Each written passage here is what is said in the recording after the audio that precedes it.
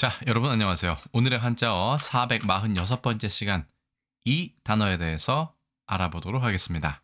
일단 도금과 뜻부터 시작해 볼까요? 이 글자는 우리가 비고라고 읽습니다. 명사로서 참고하기 위하여 준비하여 놓음 또는 그런 것입니다. 이것이 준비하여 놓는 것이고 이것이 참고하다라는 뜻은 가지고 있다는 사실을 알 수 있습니다. 첫 번째 글자는 준사급의 갖출 비자입니다. 중국어로는 빼이라고 읽는데요. 중국 한체자는 여기도 있고 이체자가 상당히 많이 있습니다. 일단은 갑골문과 근문부터 살펴보겠습니다. 갑골문 보시면 무언가 하나 꽂혀 있고 여기는 비슷한 것이 두 개가 꽂혀 있네요.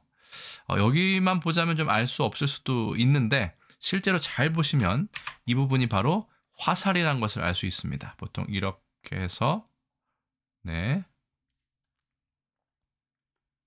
이렇게 해서 화살이 꽂혀 있는 것이죠. 둘이 꽂혀 있다는 것은 상당히 많다라는 뜻을 나타냅니다. 그런데 근문으로 오면서 이 안에 통이 좀 쓸 용자처럼 바뀌었죠. 무언가 통풍이 잘 되는 대나무통 같은 느낌이 좀 듭니다. 그리고 근문에 보시면 여기에 사람인이 추가되는 것을 알 수 있습니다. 그래서 원래의 뜻은 화살이 많이 꽂혀 있다는 뜻이었는데 옆에는 이제 관리하는 사람이라든가 아니면 군인, 병사의 뜻을 나타낼 수도 있을 것 같습니다.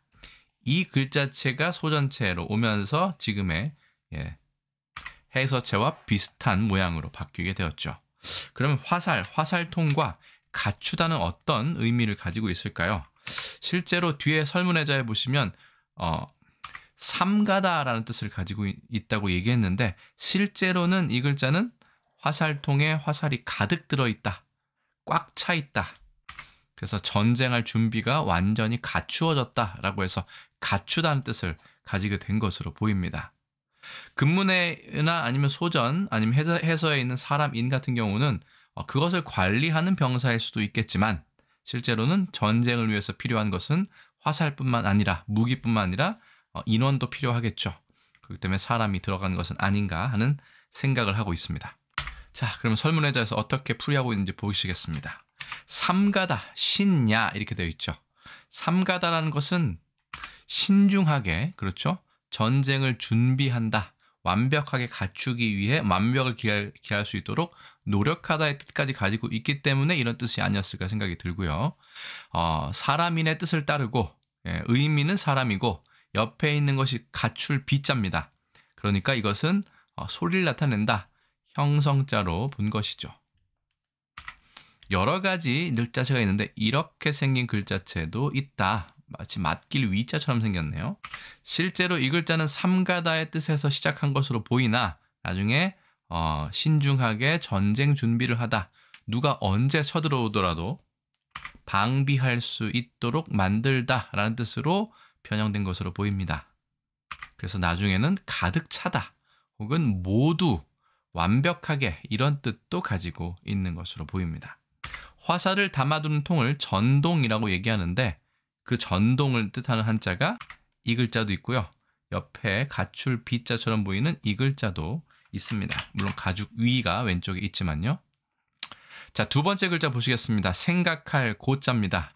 이 글자는 한자의 육서 중에 전주로 대표되는 대표적인, 전주를 설명할 때 나오는 대표적인 한자입니다. 생각할 고자하고 늙을 노자는 거의 같은 글자라고 보는 것이죠. 실제로 생각할 고자를 보시면 머리가 긴 노인이 손에 지팡이를 들고 있는 모습을 볼 수 있습니다. 그 지팡이가 나중에는 비수 비자가 돼서 늙을 노자가 되었고요. 이 아래 만약에 아들자가 있으면 효도할 때 효자가 되는 것이죠. 실제로 늙을 노자 부분에 고물의 정자가, 장정 정자가 들어가는 것은 이것도 생각할 고자라고 보통 봅니다. 이 글자도 자주 쓰이고요. 이 글자 자체가 고자입니다. 허신의 설문해자 보실까요? 허신은 늙을 로야 이렇게 얘기했습니다. 늙을 로자의 간략한 부분이 의미를 나타내고 이 글자가 고라고 말씀드렸죠. 자, 이게 숨 내쉴 고, 생각할 고라는 건데 이 고자는 음을 나타낸다. 이 글자 역시 허신은 형성으로 보았습니다.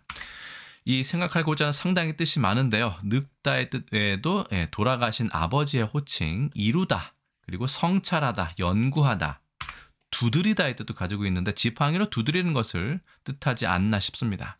그렇게 돌다리 등도 두드리는 것이 바로 연구의 일종의 기본 방법이라고 생각했을 때 연구하다, 그리고 예전에 관리의 성적을 매기다에서 시험의 뜻까지 이렇게 다양하게 의미를 갖추게 된 것으로 보입니다.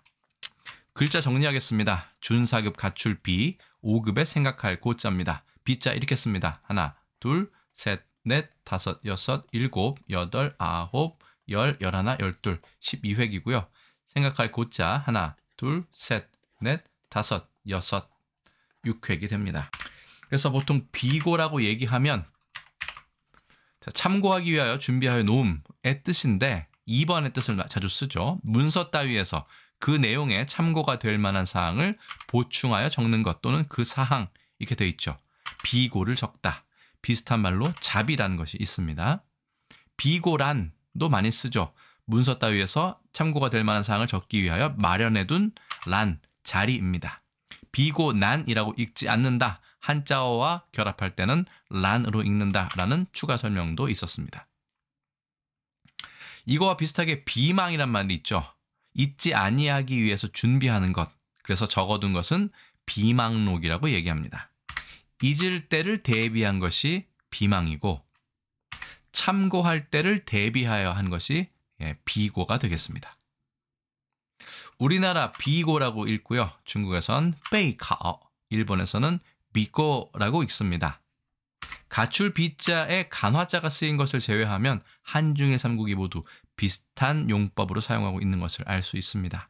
참고로 중국에서는 비고보다는 비주, 베이주를 현재 훨씬 많이 쓰지만 원래 문헌에는 비고가 가장 많이 나와 있음을 알 수 있습니다.